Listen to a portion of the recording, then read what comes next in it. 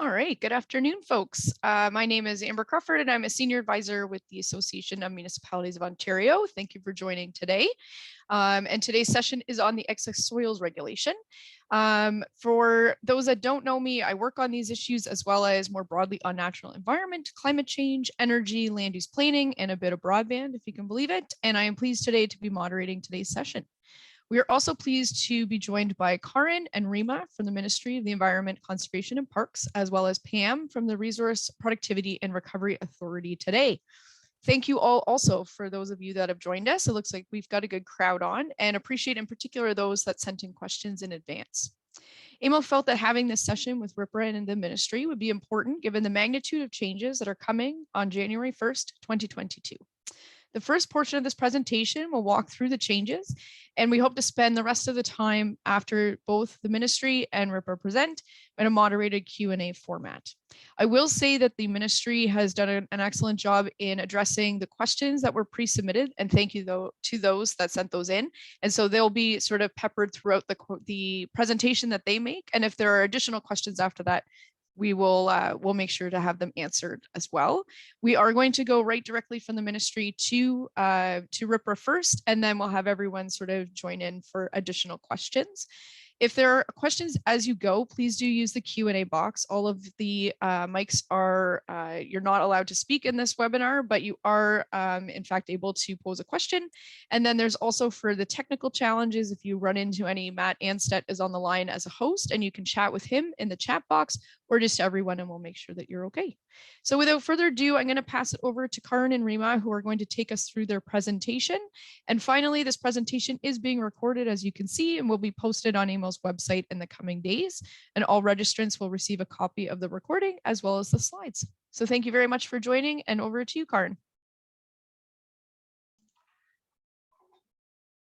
Good afternoon. Thank you, Amber, and thank you, AMO, for giving us the opportunity to present on the excess oil regulation, and thank you to RPRA for also being here and presenting on the excess oil registry. The intent of this presentation is to just do a quick overview of the regulation and then take an opportunity to answer some questions. I will be carrying out the presentation. Rima Qureshi, my colleague, will assist me with the questions. That said, I will start my presentation, and if someone from AMO can give me a thumbs up if they can see it.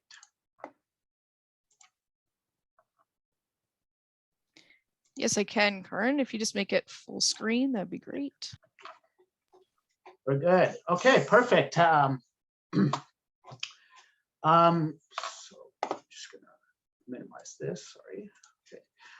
Before I actually start my presentation, I'd like to do a land acknowledgement.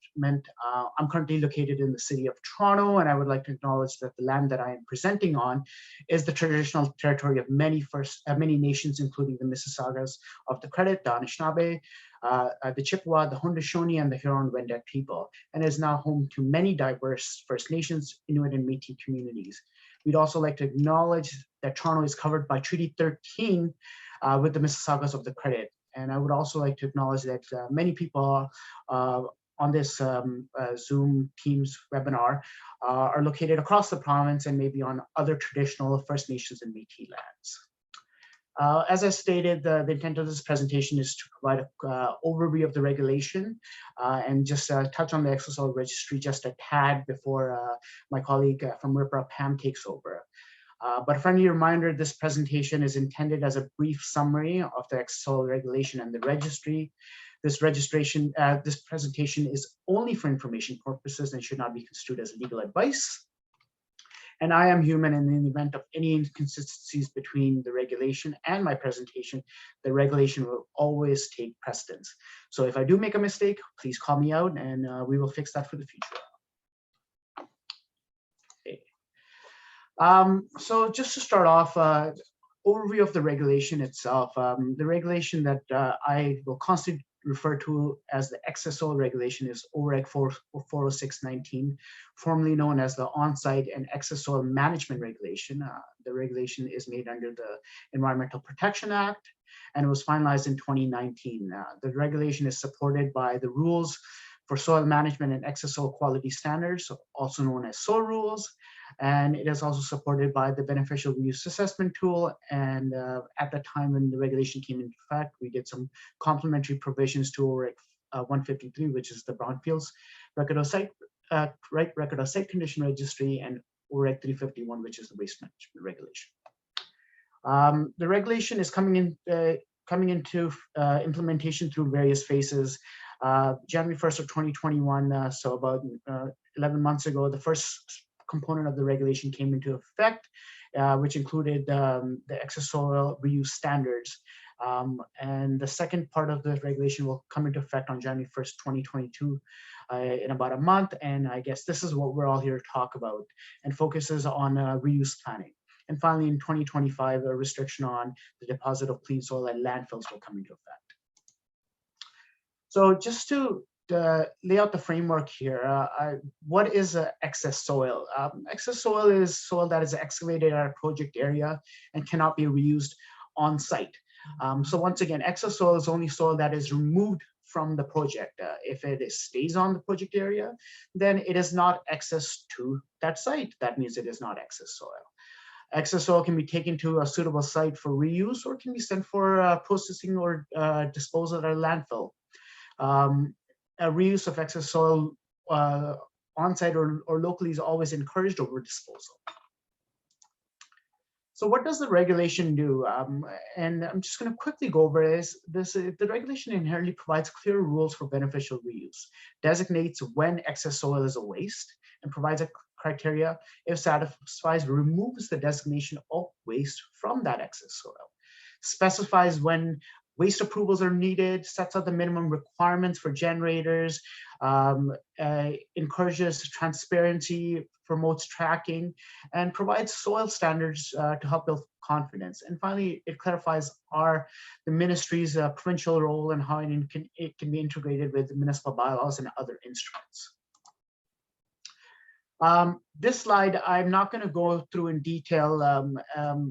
This presentation will be provided to the members through AMO, and this is just a quick commonly used terminology that I will talk about throughout the deck itself.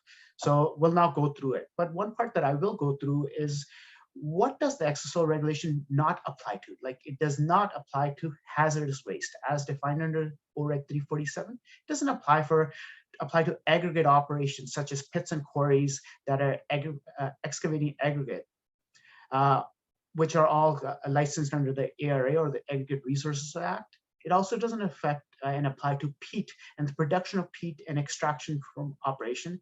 And it doesn't apply to surface of water body, the final placement of excess soil on the bed of a surface water body. So once again, if you are carrying out a shoreline project and putting excess soil onto the surface of water body, this excess soil regulation does not apply to you. So rules for the reuse of excess soil.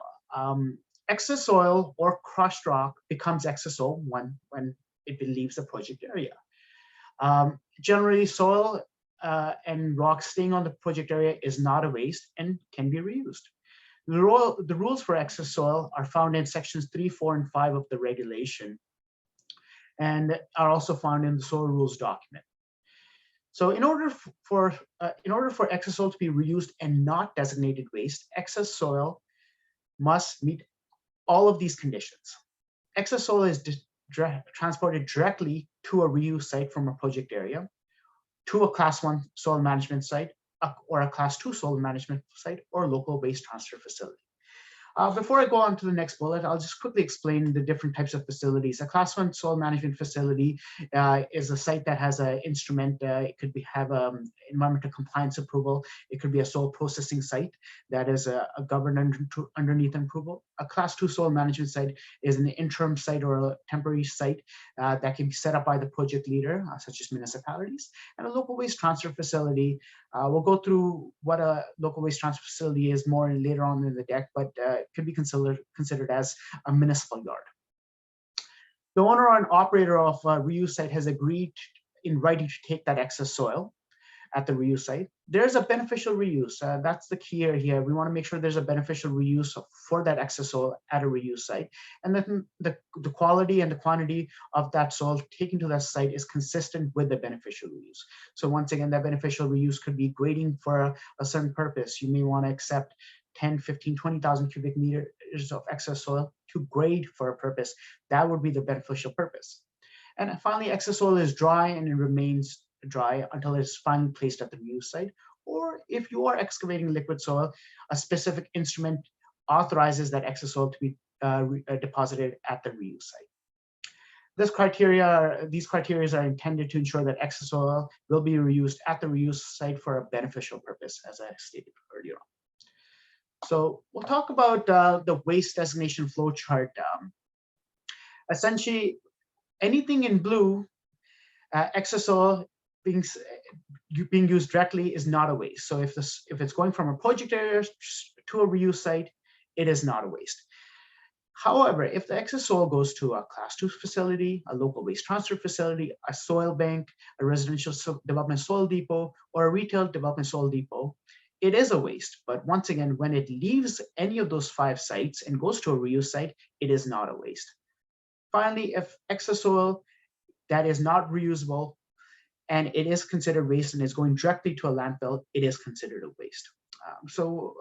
When you folks are going through your projects, this diagram is may look convoluted, but it is fairly easy to use. If you're going directly from the project area to the reuse site, your soil is not a waste. But if it's going through in one of the intermediaries, it will be a waste at that site until it leaves. And finally, if it's going directly to a landfill, it is a waste. So reuse planning to support reuse of excess soil. These are the rules that are coming into effect January 1st of 2022.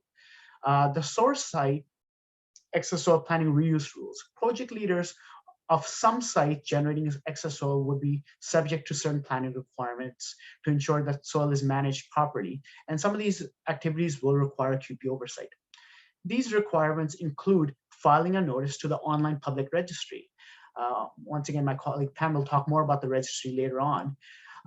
And the key component is if you are required to file a notice to the registry, you may need a qualified person to complete the following: an assessment of past uses, if necessary, a sampling and analysis plan, an excess soil characterization report to understand the quality and quantity of the soil, and an excess soil destination assessment report to verify the intended reuse. And finally, developing and applying a tracking system to track each load of excess soil during the transportation and deposit. And finally, to support compliance and transparency, key information from all these records must be included into the notice, such as locations of where the excess soil is being taken. So I talked about planning in the previous slide, but who is a project leader? A project leader means, in respect of a project, the person or persons who are ultimately responsible for making decisions to the planning and implementation of the project. They are persons who are a proponent of the project. Underneath the regulation, contractors and QPs would not become project leaders, as the responsibilities for key decisions and compliance ultimately rest with the project leader. So an example, with the folks we have on the call today, municipalities or public bodies, you folks would be the project leaders underneath our regulation. The owners of a property or a developer would be a project leader. And finally, an employee of a corporation that has a responsibility and authority to bind the corporation would also be a project leader. So someone in your capital works department could be the project leader for any ex-municipality. So let's break down the excess soil planning requirements. So the excess soil planning requirements include registration of a notice to the registry, completion of an assessment of past uses, and once again, if necessary, a sampling analysis plan, completion of a destination assessment report, and application of a tracking system. I'm not going to go through all the details on this slide. This is just a detailed version of the slide that I presented on early in 2 slides ago. So let's talk about the triggers of planning to be part of the planning requirements. The excess soil reuse planning requirements apply to the following types of projects that are generally larger in scale and more likely to generate soil with some sort of contaminants.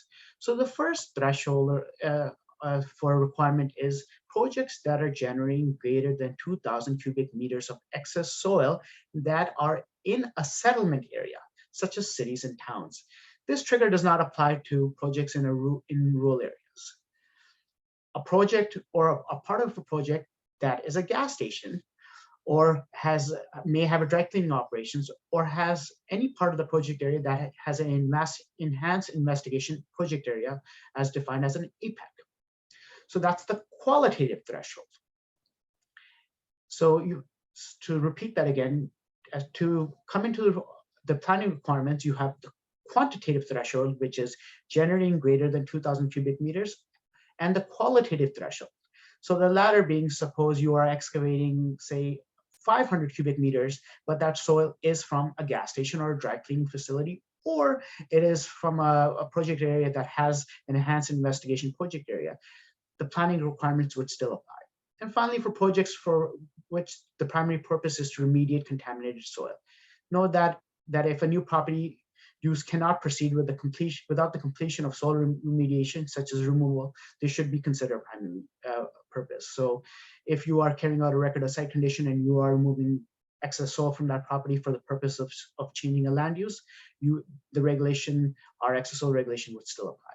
However, there are a number of exemptions from the planning requirements, which I'll describe in the next slide. Exemptions.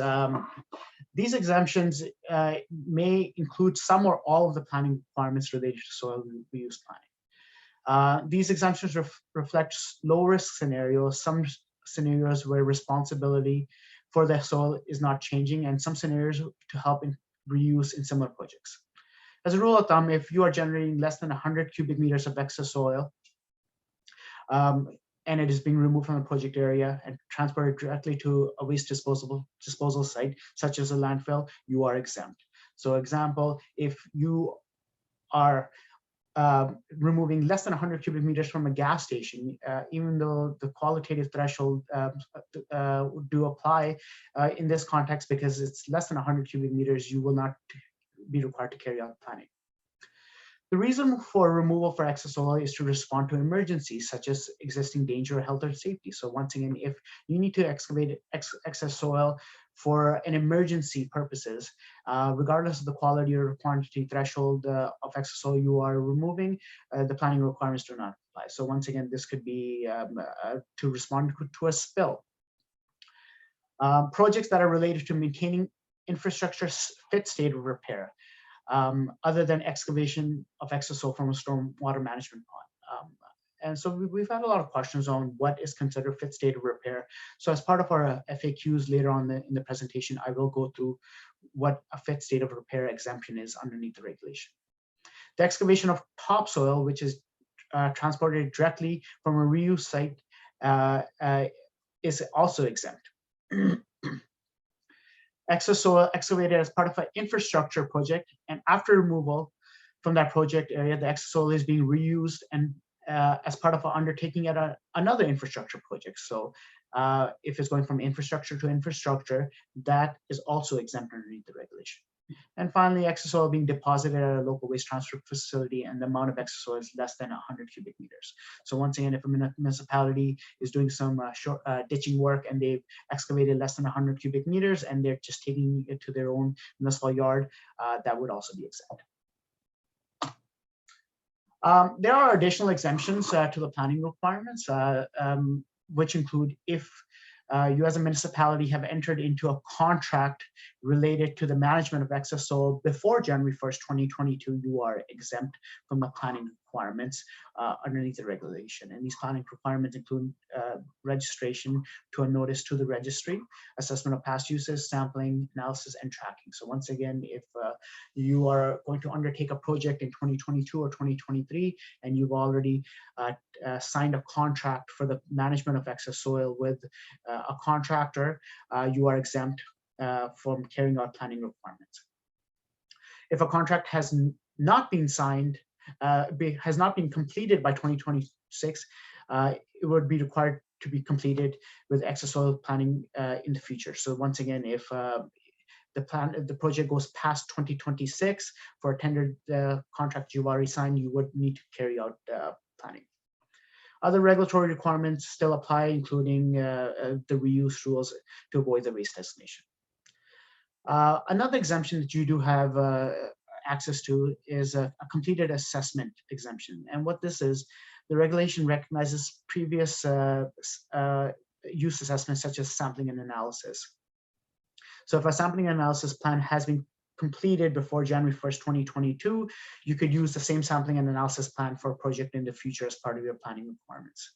This ensures these studies have not been repeated, and this exemption would, however, would not apply to different projects. Tracking system. So as part of your planning requirements, in addition to filing a notice to the registry, carrying out sampling and analysis, destination assessment reports, and reports, you also need to develop a tracking system. A project leader from project area must verify where the exosol was finally placed throughout the development and application, of a tracking system. The tracking system will include procedures to account for each load of exosol moved from the project area, including the general quality, quantity, and verification of the final site at which it's deposited. The hauling record, which is required, can be an integral part of the tracking system, and the tracking system will also inform the appropriate quality of the soil being deposited and reused at reuse site. There's some more information related to tracking systems, and which is available in Appendix B and Section B of the soil rules document. Filing a notice to the registry. So this, even though I'm talking about filing a notice later in the deck, it predominantly comes up earlier in the part of the planning process. So for projects that must complete exosol reuse planning under Section 8, they are required to file a notice to the registry. So in a way, if you're required to file a notice to the registry, you need to complete the planning requirements. The registry is an online public registry developed by the Resource Productivity Recovery Authority and must include key information. I know Pam is going to go through the registry a little bit more, so I will now go through the type of information that is required to be filed out to the registry. But I just want to make a connection again. If you are required to file a notice to the registry, you must carry out the planning requirements, and that is required under Section 8 of our regulation. As project leaders, you all have other responsibilities. Even if the planning requirements are not triggered because you are exempted from the regulation, there are still a number of regulatory requirements, responsibilities at the project area site.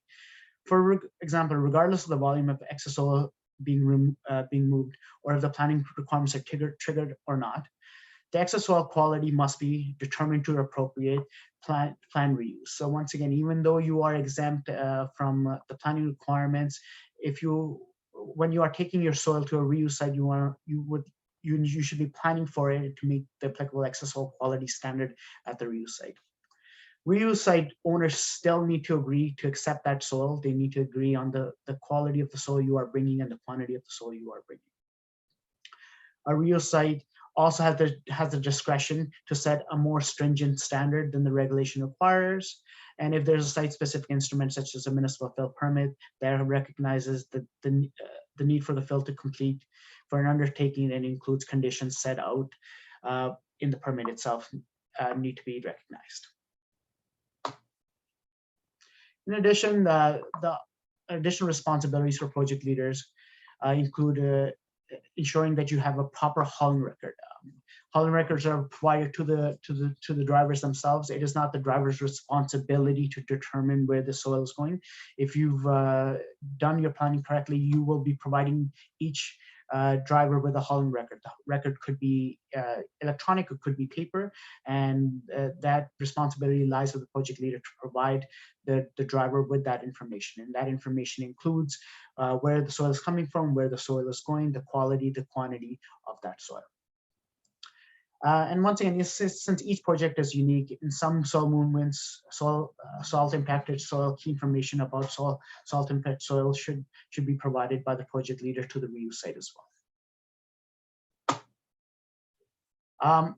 So also coming into effect on January 1st, 2022 is requirements for larger reuse sites.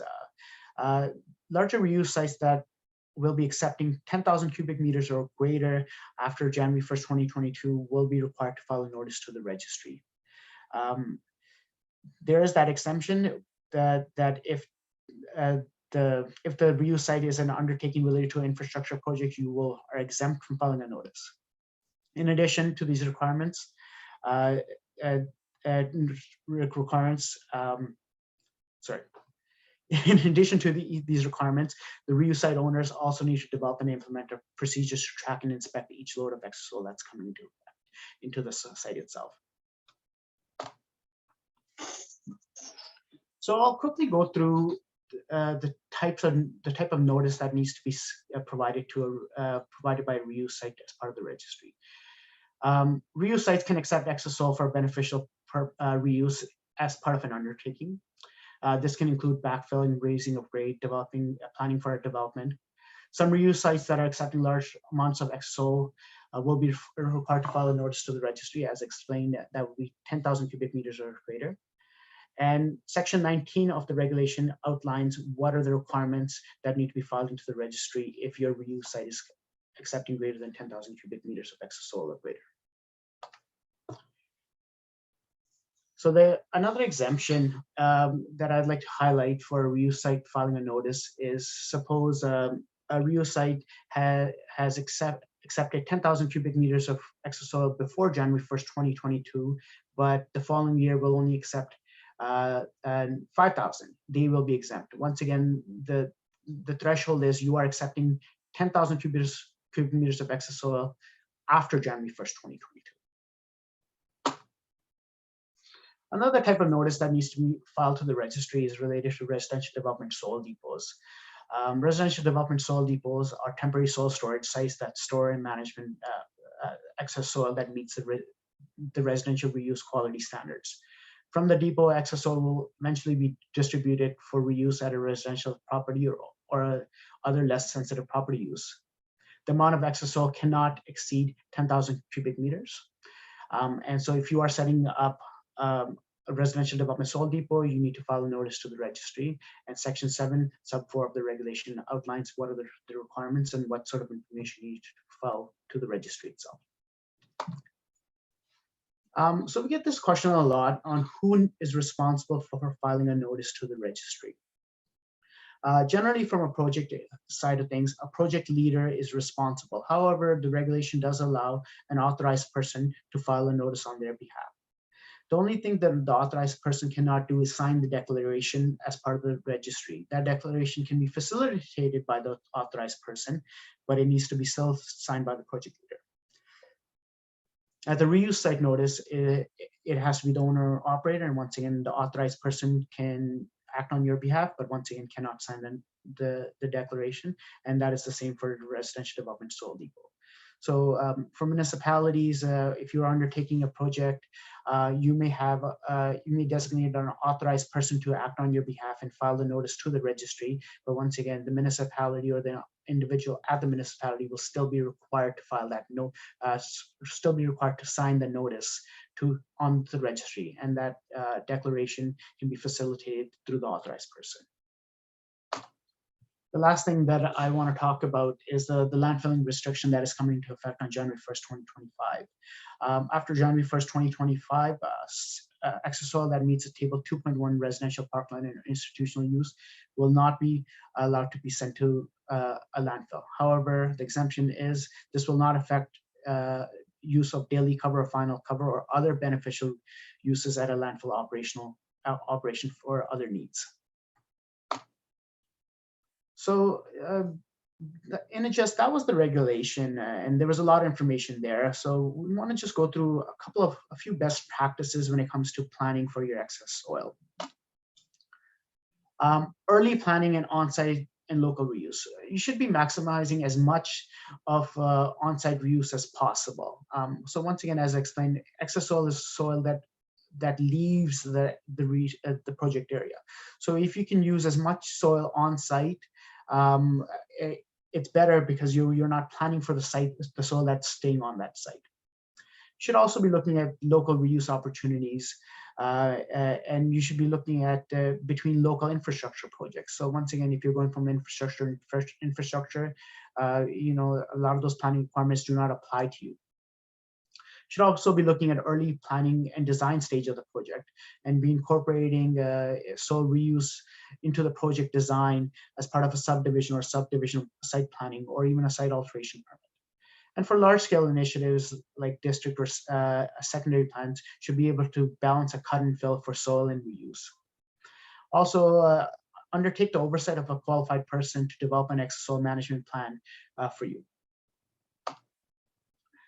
Another thing I want to focus on is contracts. When you're establishing contracts with contractors now as part of contracts between municipalities, establish clear and concise contractual agreements because a lot of the responsibilities are still with the project leader and the project leaders being municipalities. However, that doesn't inhibit your contracts to support you as part of the planning requirements. Your contractors can still make recommendations on where the soil should go, The contractors can make recommendations if there's opportunities for on-site or local reuse. So establishing clear contracts is very important. Also, defining your project area and to ensure you have ability to store on site if you need. If you need to process, and dry out liquid soil on the site, you have that opportunity as well. And finally, soil sampling and tracking. Soil sampling requirements are in place for larger, riskier projects. Once again, larger projects being greater than 2,000 cubic meters, riskier projects being areas that have a enhanced investigation area. It is recommended, once again, to hire a QP to undertake sampling of your soil.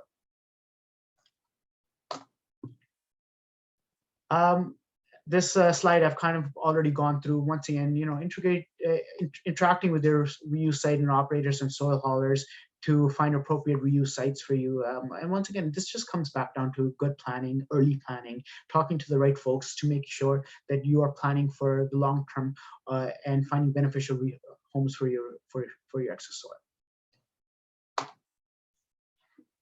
soil.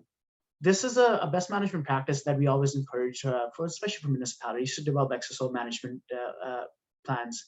And in these plans generally just include a lot of the information that I provided previously, and it focuses on larger scale planning and reuse and looking into the future. So I'm just looking at my time right now. I have half an hour, so this is a great time for me to sort of go into some free FAQs, some FAQs that the ministry has established, some FAQs that came from the industry and municipalities themselves. So the first question that folks always ask is, what is out of scope of the regulation? So out of scope is the reuse of rock. Unless the rock is mixed with the excess soil, it is out of the scope. Hazardous waste is out of the scope of this regulation. Asbestos waste is out of the scope of this regulation. Operations from a pit or quarry underneath the Aggregate Resources Act is out of the scope of this regulation. Peat production is out of the scope of this regulation. And once again, final placement of excess soil on the bed of a surface water body is also out of scope for this regulation. So I'm sure we would have got this question from municipalities, so we thought we'd bring it up right at the forefront. And what constitutes maintenance in fit state of repair for an infrastructure project? So as I highlighted earlier on, there is an exemption for fit state of repair. So we want to provide what that exemption is and how you can take advantage of it. Maintaining infrastructure in a fit state of repair is an exemption from the excess soil planning requirements under Schedule 2 of this regulation. The exemption does not, however, apply to excess soil being generated through the excavation of a stormwater management pond. In general, maintaining fit state of repair would include cleaning out of infrastructure, repairing infrastructure, or replacing similar infrastructure with similar infrastructure.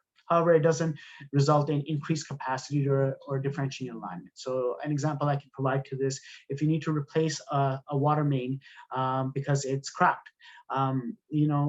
that is considered fit state of repair. You would not need to carry out planning requirements to replace that water main. However, I do want to point out, if you are expanding that water main or realigning it, then you cannot take advantage of this exemption. This fit state repair is essentially, you are maintaining the infrastructure for future use. You are not expanding it, you're not realigning it. Other examples I can give you is a culvert replacement, roadbed repair, pipe replacement, including temporary infrastructure that is part of the maintenance process, such as a bypass of a pipe. So, if there's a capital works project that is replacing and expanding a stormwater system on a major street, and you need to dig out a bypass, the bypass itself would be exempt. However, that expansion of the stormwater system on that road would require planning. Also, out of scope examples, including building a road. Out of scope is building a road or transit right of way, digging a tunnel or a new subway. So all these things are not fit state of repair. If you are developing or a new subway system, building a new road, building a new highway, you cannot use that fit state of repair exemption, because once again, these are new projects, these are new infrastructure, and you're not maintaining the current infrastructure that is currently in place. So generally, our regulation does recommend that planning take place at the project area, but can it take place outside of the project area? Generally, yes. It's recognized sometimes it's not practical based on the size of the project itself and the project area itself.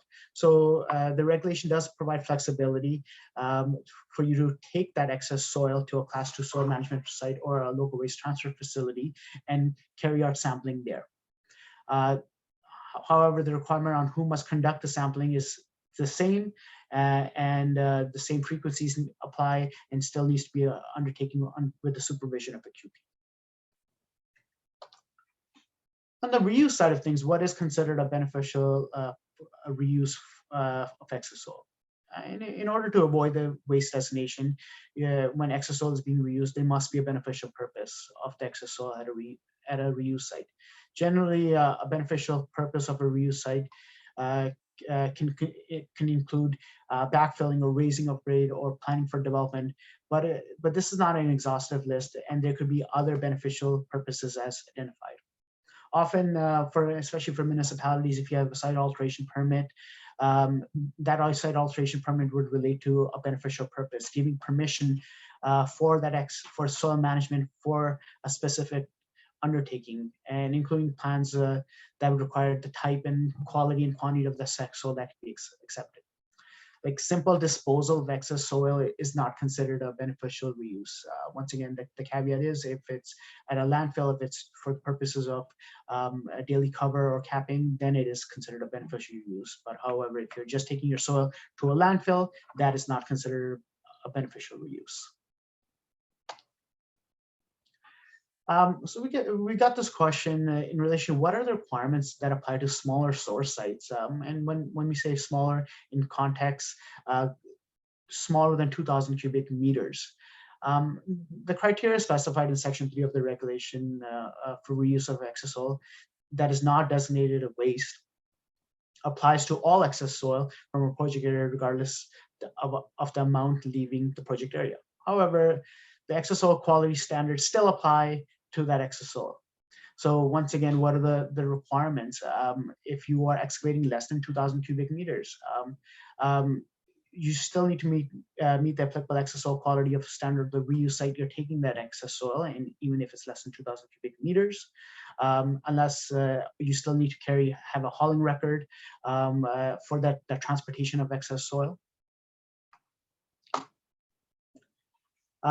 Thank you, Emil, for providing this question. Do planning requirements apply for rural areas? The excess soil reuse planning requirements for projects generating greater than 2,000 cubic meters are for a settlement area, such as towns and municipalities. This trigger does not apply to projects in a rural area, unless that rural area is part of a settlement area. So once again, municipalities, part of their planning processes, designate areas that are settlement areas and which are not settlement areas.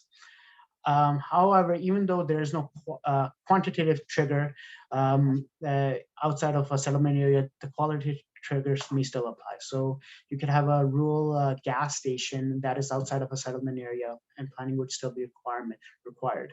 However, development of a new project in a rural area that is outside of a settlement area, then the planning requirements do not apply. So what is the local waste transfer facility? And I alluded to it a couple of times earlier on, and this is primarily a good use for municipalities to establish such facilities. These sites are recognized under OREG 347, which is the General Waste Management Regulation of the EPA. And these are storage locations that is primarily not a waste management operation. They're considered field operations, so the site itself is permanent in nature, but the soil that you're bringing on to that site is temporary in nature. So local waste transfer facilities can be established by municipalities, and they would act as a municipal yard. To receive excess soil, store it for X amount of time, and at that time you may bulk sample it and then take it to a reuse site. So even though Pam is going to go through the registry itself, there's a few, a question came up in response in relation to what are the responsibilities of the ministry and RPRA. So the RPRA is developing and operating and maintaining the excess soil registry. They're collecting fees and they're supporting the users. So if you are carrying out a project that requires planning and you need to file a notice and you have a question related to the registry itself, you would call RPRA. And the ministry is still responsible for compliance enforcement, program and policy development, and regulatory education and guidance and support. However, now the same question is not on how to use the registry, is whether my project it needs planning or not. In that context, you would call the ministry and you would advise if you need to carry out planning requirements for such project before you file a notice to the registry. Additional resources. So throughout the month of November, the ministry undertook webinars related to project areas, source sites, reuse sites, transportation, infrastructure, the registry, vac trucks, qualified persons, and soil depots and storage sites. And these webinars are now complete. However, we still have, we can still provide you these presentations if you request one from the ministry. Once again, my webinar here is a quick version of all these 8 webinars that are in front of you. And so if you have specific questions or you need more information about, say, a reuse site or project area or infrastructure projects, please do get in touch with us and we can provide you that specific webinar for you to look at and review. Finally, there's some other resources out there for municipalities other than the ministry's excess soil landing page, which gives you general information about the regulation. The OPSS 180 general specification on excess materials. That process is being, that specification is currently being updated by MTO. The RPRA's excess soil registry. In addition, this past year, so few associations undertook in the development of certain guidances and best management practices to support the implementation of the soil regulation itself. ONIA, the Ontario Environment Industry Association, has developed best practices and templates for hauling. So you have a hauling record template if you like. There's also temporary sites best practices. There's best practices for QPs. In addition, the Ontario Society of Professional Engineers has developed a best practice for aggregate pits and quarry rehabilitation. The Canadian Urban Institute has developed an excess soil bylaw language tool. I know one of the questions that came through AMO was, our municipality doesn't have a municipal bylaw related to excess soil. Please do go on to the Canadian Urban Institute's website and you can see examples of other bylaws across the province and look at the tools that are available in order to develop your own site alteration bylaw. And finally, OSGA, the Ontario Sandstone and Gravel Association, has a document on excess soil management for pits and quarries as well. These are just our coordinates. If you have any questions from the policy side, operational side, standards, approvals, or brownfields. And I guess before we go into the Q&A, I'm going to pass it on to Pam, I believe, and we'll come back to this. Is that correct? Yep, that's great, Karan. Thank you. Perfect. So Pam, on to you. Thank you. So I'll go ahead and share my screen.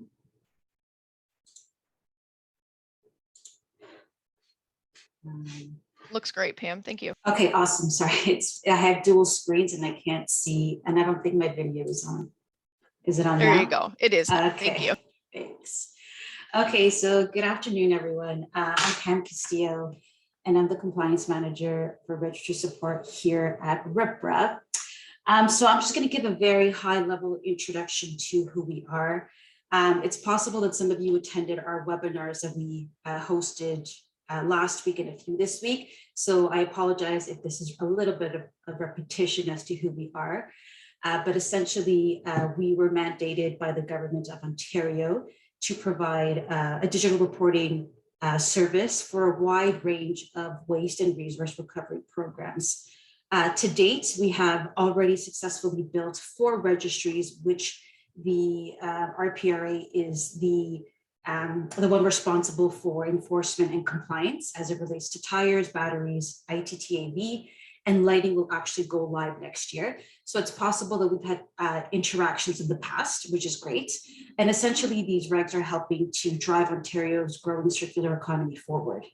And earlier this year, we were directed by the Minister of Environment, Conservation and Parks to establish and operate a registry to enable yourselves and other regulated persons to comply with registration and notice filing requirements outlined in the excess soil regulation.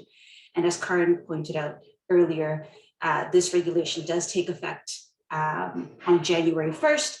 And we were able to actually launch the registry on December 1st, so a couple of days ago. And now, should you be required to initiate a notice filing, the registry is available for you to use to create an account and sort of go through that whole process so that you can comply with your regulatory obligations under the excess soils reg. So pretty much just high level how we got there to how we got to the point of being able to launch successfully. We worked tirelessly for about 6 or 7 months in collaboration with industry stakeholders and the ministry. We held regular working group sessions. We also conducted what we called a conference room pilot, where we asked industry participants to test the registry and provide feedback. All of this done was with the aim that we were able to provide an efficient and user-friendly portal for yourselves to use. So again, as Karan mentioned earlier, the Ministry of Environment and Conservation and Parks is still going to continue to be responsible for policy and programs related to the excess soil regulation, and they will conduct the compliance and enforcement activities. But we will be responsible for maintaining the registry and supporting your needs as it relates to inputting data within the system. So I'm going to go ahead and give you a very brief overview of what the registry portals are. So essentially we built 3 portals. The first one is the registry portal, which is intended for industry users. So any regulated entity that does need to file a notice, they will go ahead and create an account. It applies to owners, operators, authorized persons, project leaders. Information relating to those entities will be input into the system. And then the registry supports filings of 3 notices, the project area, the reuse site, and as well as the residential development soil depot.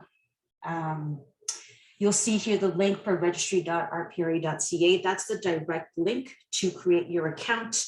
And that's also the link for you to access should you need to log into your account to initiate or finalize or make updates to any notice filing. We also have a public portal, and it's a different URL. So it's excesssoilnotices.rpra.ca.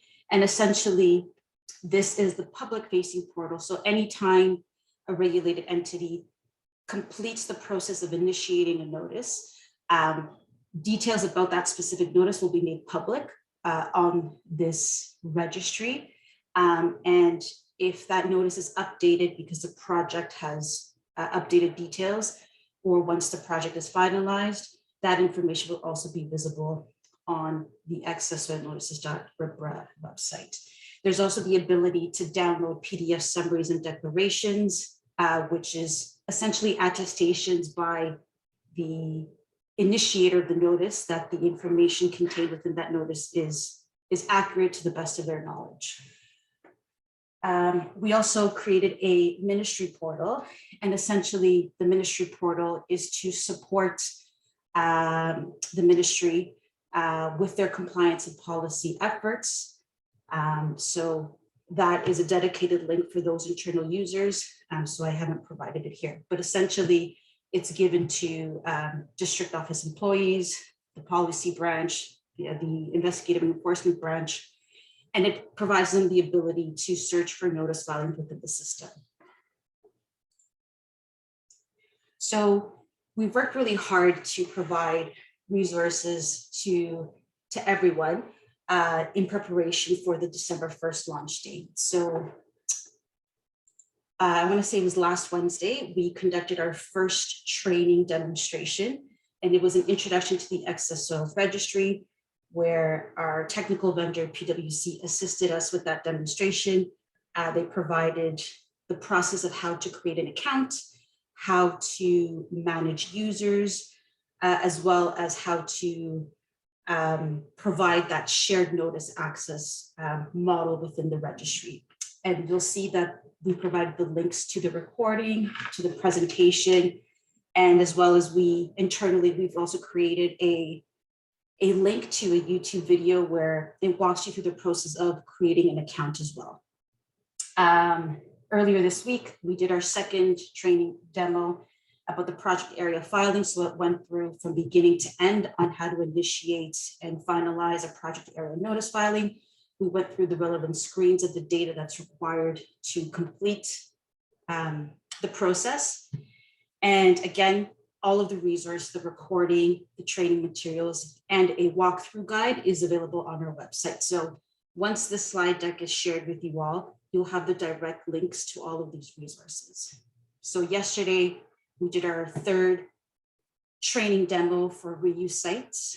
And then the intention is that next week, we will have a pre-recorded video for the steps on how to complete a residential development soil depot filing.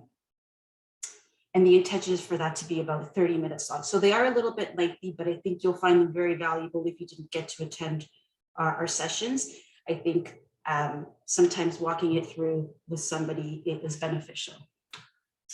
And then in addition to that, we do have on our website, we have FAQs that talks about our fees. It talks about the role definitions of who may be obligated to initiate a notice filing.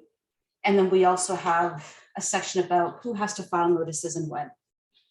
We also have links to our declaration forms. So once you create an account, you don't have to go through the whole process of getting to the last screen before you submit the notice, because that's where the declaration form is available to download. So we thought, we heard from individuals that it might be useful to see those declaration forms beforehand. So we have a dedicated link for you to be able to obtain those. And there are individual ones for each type of notice filing, and they are fillable. So no need to print and sign. You can do it from an electronic format. A couple of days ago, our fees were approved by RPRA's board. So we do have a link to the approved fees for the registry. I've also provided here a link if you're interested to learn a little bit more about the fee consultation process and how we determine those fees. But essentially, once you go to our website and follow that link for the link to approved fees, you'll see the table and the outline of the fees. And it is separated by the notice type. And then finally, Kara and Rima were very kind enough to provide us a link to the presentation that they hosted as it relates to the excess sales registry. So we provided a link to that as well on our page, and you can access it at your leisure. And I guess what I want to say as well is that those are sort of the self-help tools available to the regulated entities as it relates to filing notices, but we do have support. We could be reached. We have a dedicated registry support team, and they can be reached at the email address that you see on the screen, as well as if you'd like to actually speak to someone because you're having difficulty maybe accessing your account or want to understand why you can't proceed to the next screen when you're in the portal. The registry support officers are there to help you with that.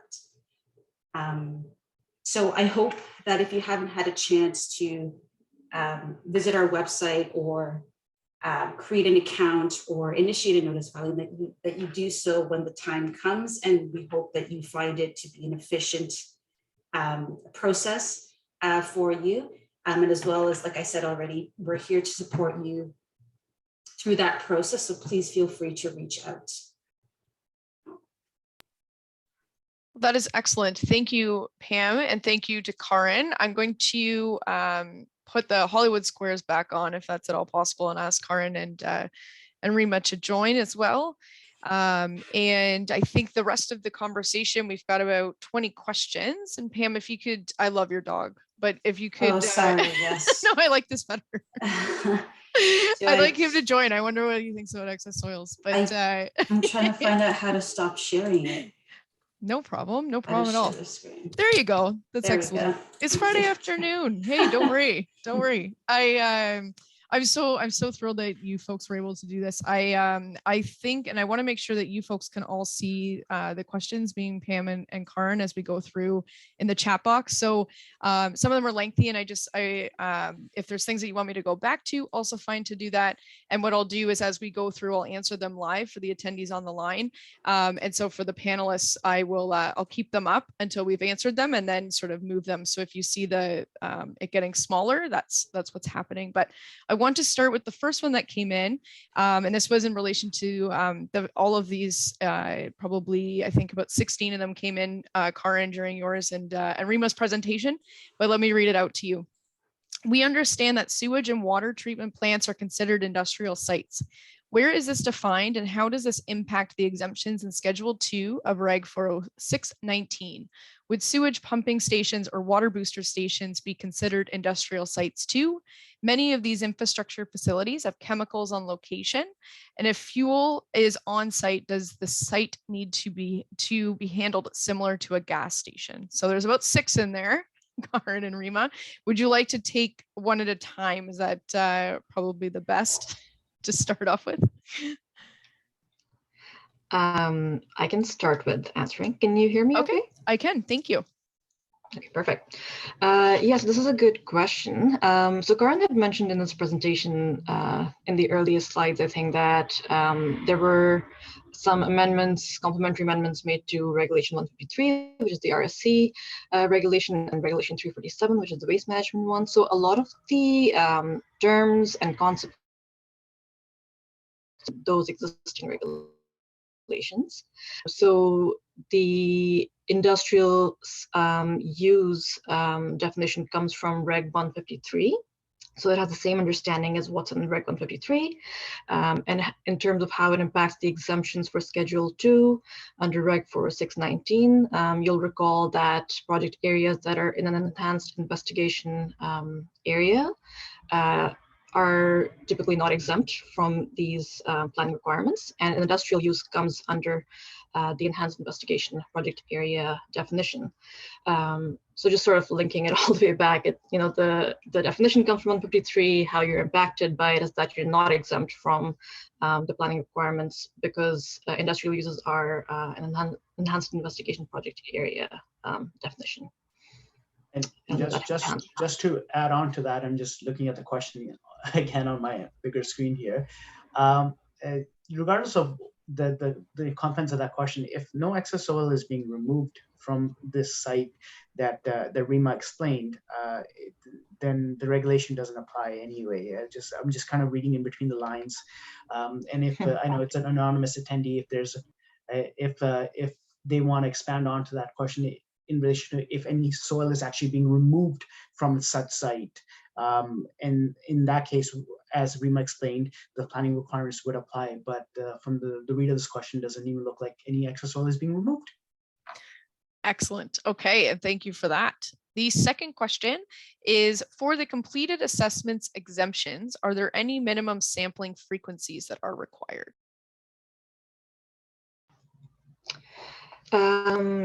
Okay, so if you are exempt from needing to complete the requirements of sampling analysis under the regulation because you've completed your assessments prior to January 1st, 2022, then no, the requirements, including any of the minimum frequencies and any of the other sampling and analysis plan requirements under our regulation, including what's in the rules document, wouldn't apply to you. The report that you have would fulfill the requirements under the regulation if it's done before Jan 1st, 2022.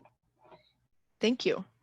The next question is, our municipality will be undertaking road reconstruction projects in 2022. We plan on reusing the granular materials removed from the road reconstruction site at our snow disposal facility for grading purposes. Do we have to undertake a quality analysis of the granular material prior to placing it at our snow disposal facility? Do we also have to keep hauling records for the movement of this material?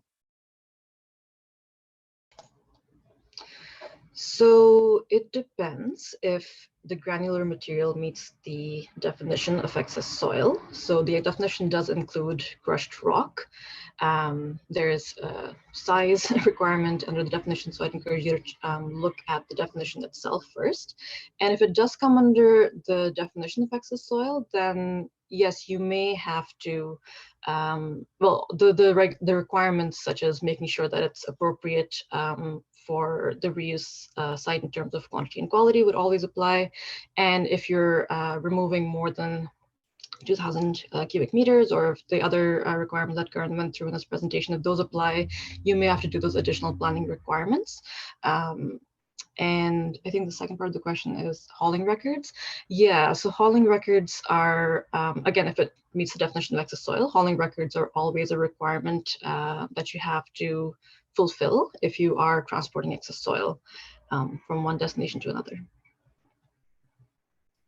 Karen, do you want to add to that at all? No. She provided all the information. Perfect. Okay. I saw your live mic. Sorry, that's why. The next question is, when in a project schedule should a notice to the registry be filed? How is this done, online and paper? And are there any guidelines or support tools for filing these notices? So yeah, I can start. I was just going to pass it on to Pam, but go ahead.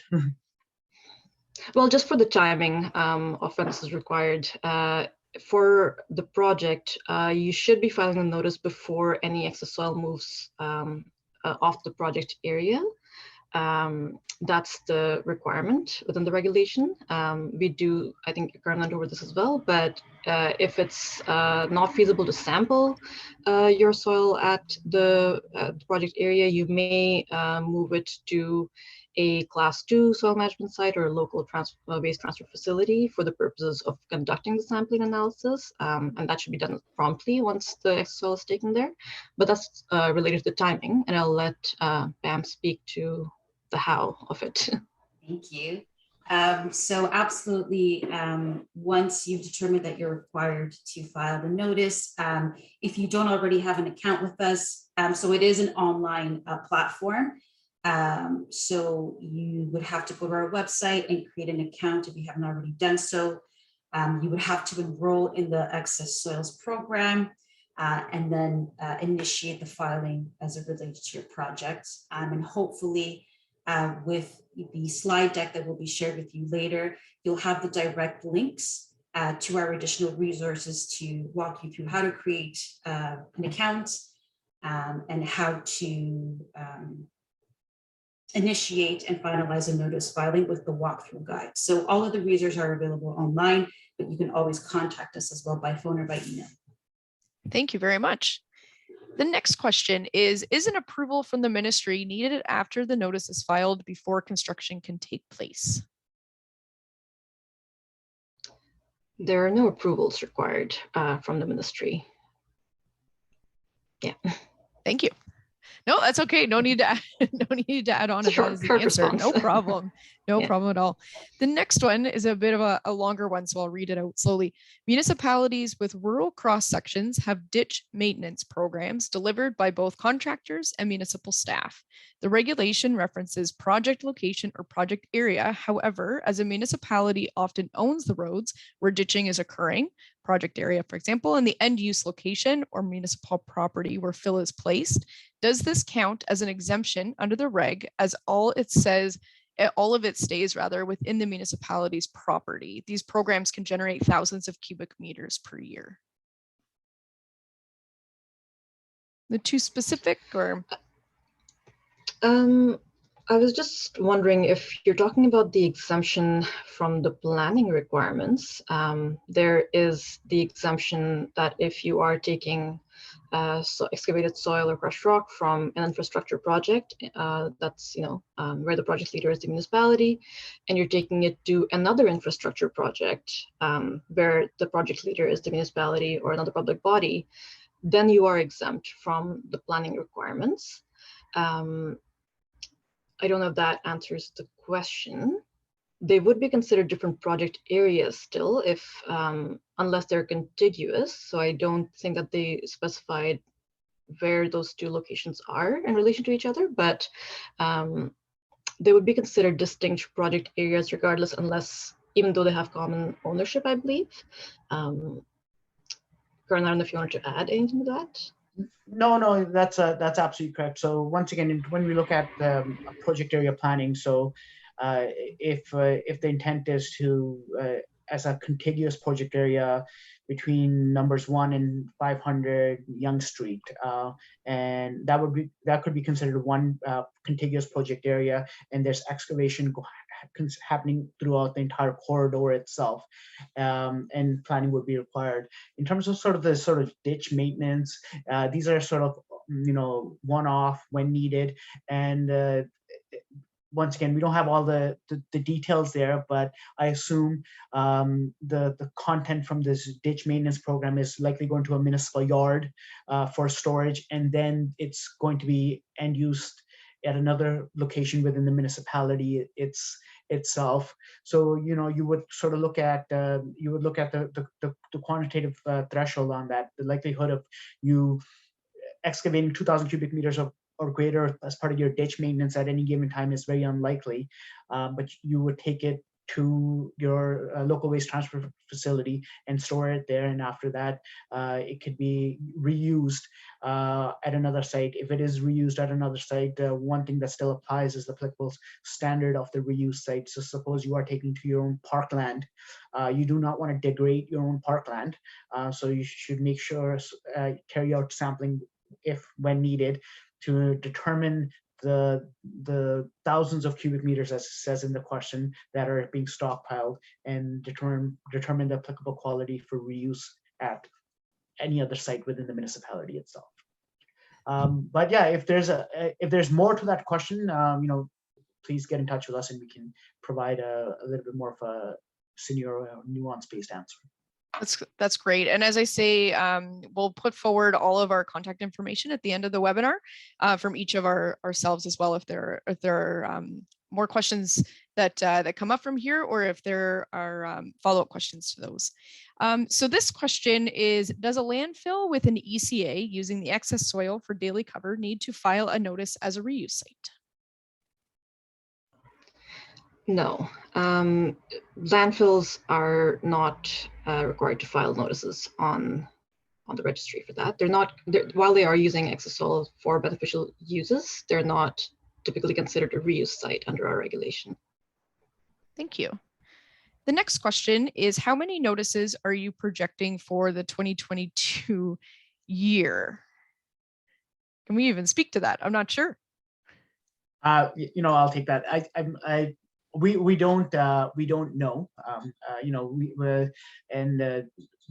We have developed sort of estimates, and based on estimates, the RPRA has developed the fees accordingly to those sort of estimates. But when you look at the quantitative and qualitative thresholds, there's development that's happening all across Ontario and not just in the Greater Toronto area where I'm located.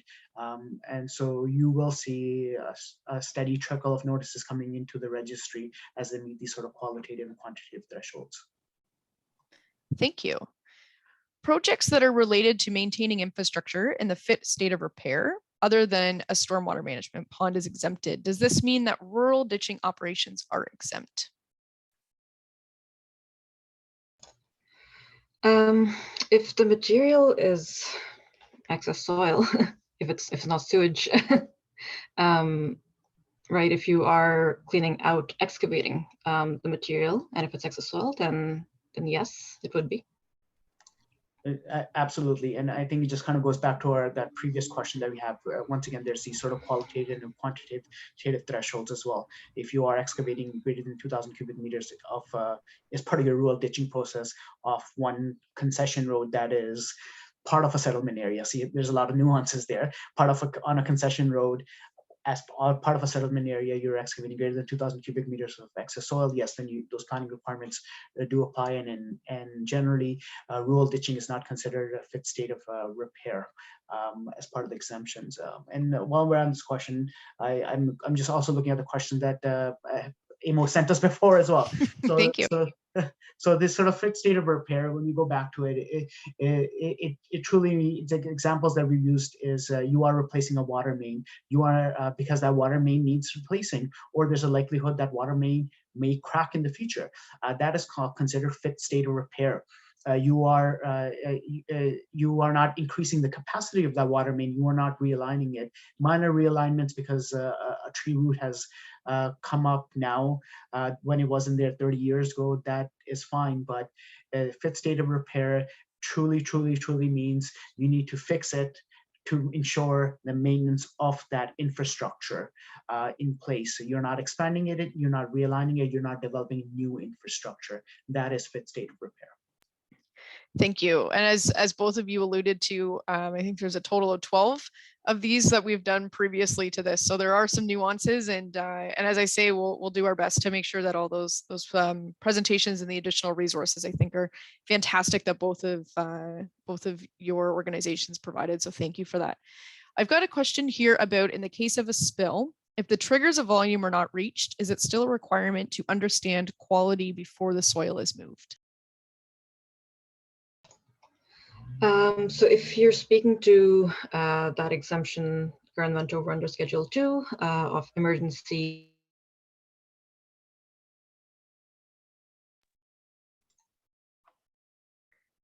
Emergency. A broadband is too. I think we lost Rima there for a second. Until she comes back in, I will finish that answer. If you're referring to the schedule, the exemption that's in Schedule 2 in relation to emergencies, if there is a spill, you need, and there's a danger to human health and the environment or animals, planning is not required. You will excavate, you will remove that excess soil, you will mitigate that spill. The last thing we want, and not even municipalities, anyone thinking about, is excess soil planning when there's a environmental or a human health concern. So if it's a spill, you are exempt. Thank you. When in the project schedule should the soil sampling be completed? I think that's back to you, Karan. Sure. Yeah, I just didn't know if Rima's back or not. Oh, there's Rima. Okay. In terms of, sorry about that. That's okay. That's okay.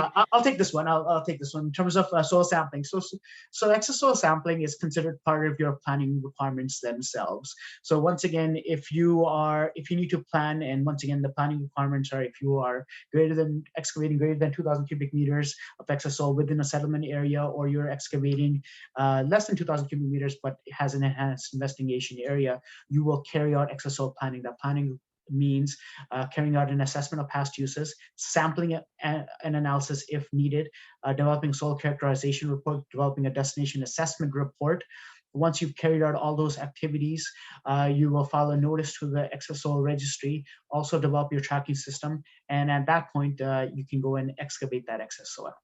But so it's part of the planning requirements that come before any excess soil is excavated. Once again, REMA provided the exemption there that if sampling is not possible on site, you can be taken to a local waste transfer facility or a class 2 soil management facility, and that soil must be properly excavated at those sites to provide the results needed to facilitate a destination assessment report. Thank you. The next question is also for the ministry. Has or can the ministry consider expanding the fit state of repair exemption for municipalities? The capacity and alignment restrictions will limit most, perhaps all projects from taking advantage of this exemption outside of emergency repairs. And as staff, I'm not sure what the response would be, but I'm not sure if Rima or Karin have commentary on that. Sure, I can take that question. At this time, the fifth state repair exemption is as is, and that's why we've taken the opportunity to provide scenarios, provide nuances, and whatnot. And so at this current time, there isn't any considerations of expanding that definition. Thank you. For a road reconstruction project where new water, storm, sanitary, and road are being constructed in generally the same alignment and sizing as the existing infrastructure, can you clarify if this means that this project would be exempt from the regulation because it would be considered the fit state of repair project? What would the tolerance be on alignment triggering the planning requirements? Does the alignment or 2-meter alignment rather change the trigger? I just want to clarify one thing, that it doesn't mean that you're exempt from the whole regulation. I think sometimes we get these questions on from municipalities about what meeting the exemption under the fifth state of repair means that they're exempt from the whole regulation. That's not the case. You would still have several requirements you would need to meet under the regulation, even though you're exempt from the planning requirements, which is what this exemption is for. And I think we've, I don't know, we get a lot of questions about what about 0.5 meter realignment? What about 1.5 meters realignment? And we can't speak to all of those scenarios. I think the intent was that if you're replacing existing infrastructure with similar infrastructure, then you're excavating a certain amount of excess soil that is reasonable, and you're not excavating more than you would be were you to realign it or widen the capacity of pipes or of a road. So I guess I can just speak to that. Thank you. Capacity right now. That's great. And I think the other, oh, sorry, Karin, go ahead. Okay, you're good. I was going to say we've got 12 questions in 12 minutes, so we'll see what we can do. Okay. What if the beneficial use site versus the project is outside of the settlement area? Is it exempt?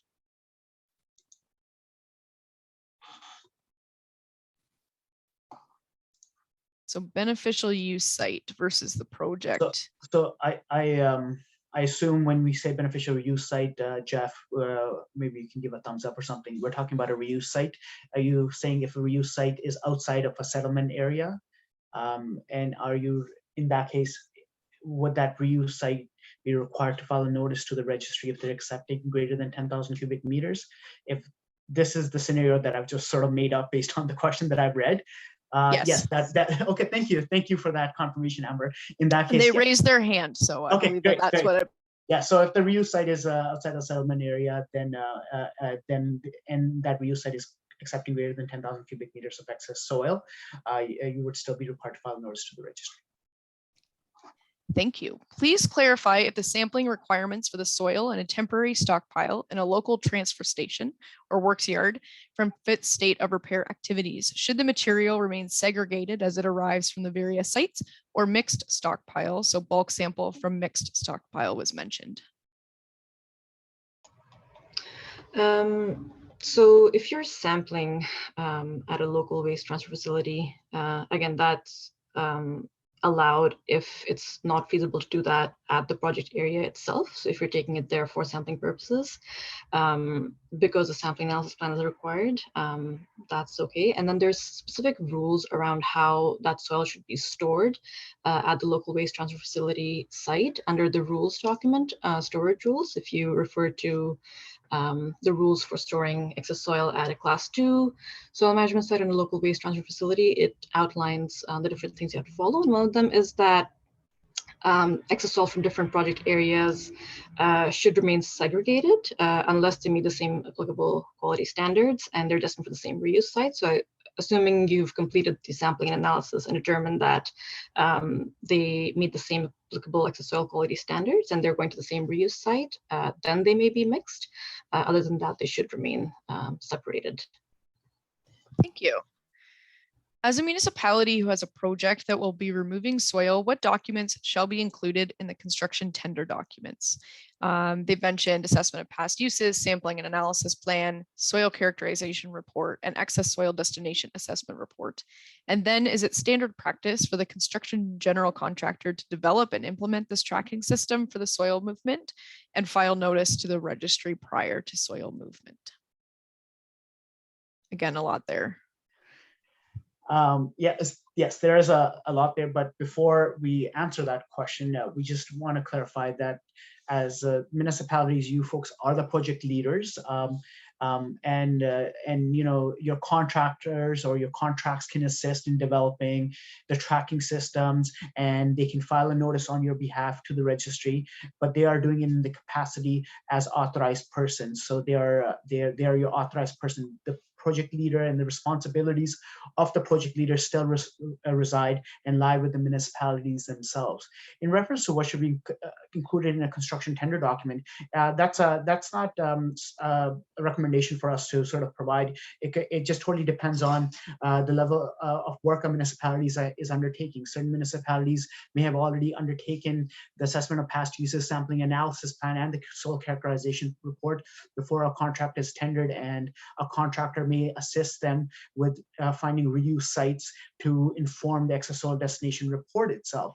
So it just depends on what sort of work that is being undertaken by the municipality. In addition, certain municipalities may hire consulting engineers to do a lot of the work, and then a contractor to do the sort of the build and design on the latter part. So it's hard for us to answer that question, but I just want to hammer on the fact that it's the responsibilities of the project leader, which is the municipality, and these authorized persons can carry out activities on your behalf, and they can assist you in your duties, but the responsibilities still always lie with the municipalities as project leaders.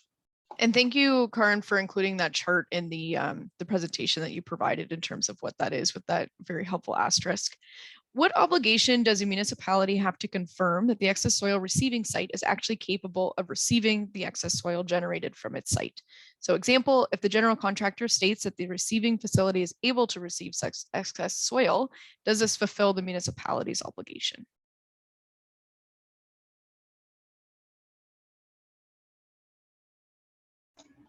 So like Karan mentioned, it's the responsibility of the source site to ensure that the excess soil is being managed properly, and it's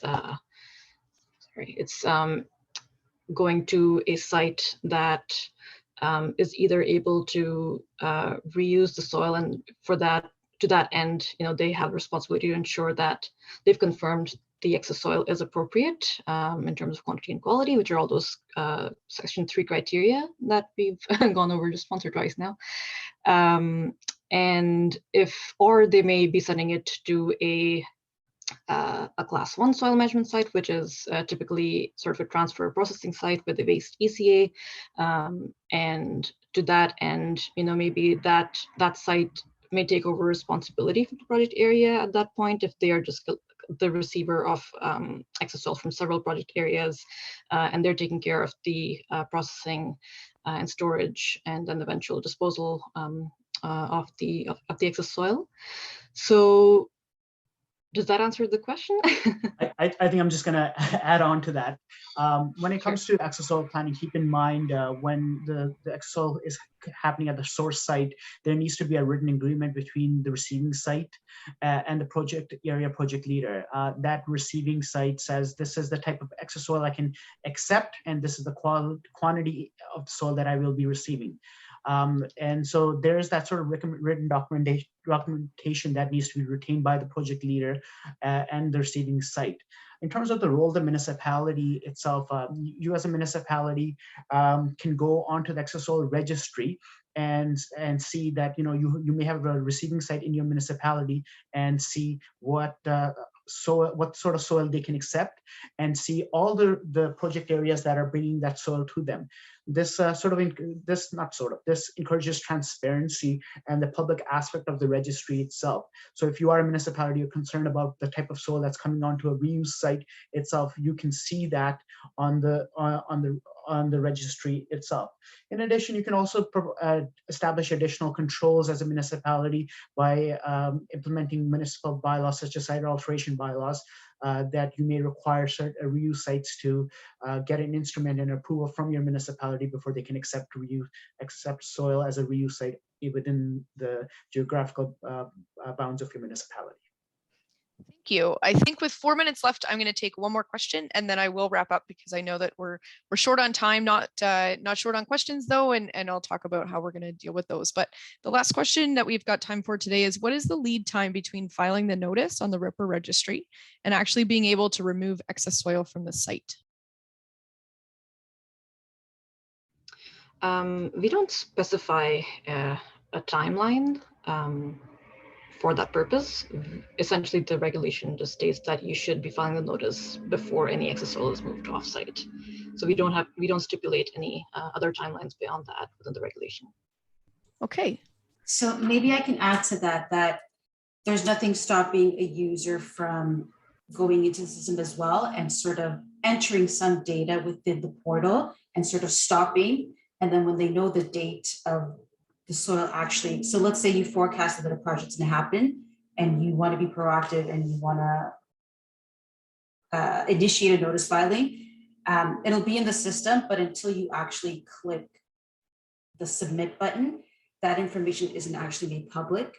But you can go ahead and start inputting, like let's say you know where the soil may be going at some point because you've already planned for that, you can input that data into the registry. So that's another option for you. And just sort of finally, once again, you should be filing a notice to the registry before you are removing soil from that site. The only exemption to all that is, as Rima explained previously, about the ability to sample off-site if sampling on-site is not required. In that case, the scenario that Pam has provided, where you can add initial information, sample off-site, and then file the notice subsequently. Well, thank you. Thank you to all of our speakers today. I have genuinely appreciated the technical answers that you provided, as well as the overview.